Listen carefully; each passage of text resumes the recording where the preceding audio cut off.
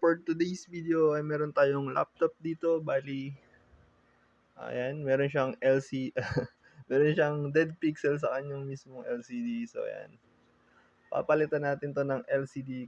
Simulan natin 'to. Let's go. Siyempre bago ang lahat, shutdown muna natin 'tong si laptop. Bali meron siyang dalawang screw dito, ayan, sa magkabilang gilid. So bali natanggal na natin 'yan.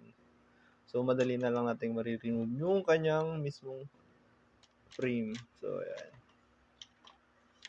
Ayan, tanggal na natin yung kanyang frame. Set aside lang muna natin yan. Natanggal na natin lahat ng mga screw na nag-hold sa mismong LCD. Remove lang natin tong pin connector. So ayan, natanggal na natin yung tabi lang muna natin yan. Ayan.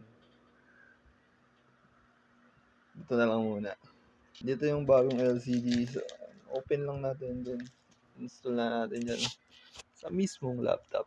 Ayan, nakabit na natin yung kanyang pin connector. So ayan, nakabit na natin yung kanyang mismong LCD. So bali, ayan, moment of truth, pinat natin yung power on. So ayan, mukhang magdi-display naman siya, nagkaroon siya ng, meron siyang ilaw. Ayan, bukas na yung logo niya. Ayan. So ayan, nag-boot na siya. So bali, titest ko lang muna to, and then pagkatapos, ayan, babalik na natin yung mga screw na pinagtatanggal. Balik na natin yung kanyang mismong frame. Ayan. Nakabit na natin, and fit na natin yung kanyang mismong frame. So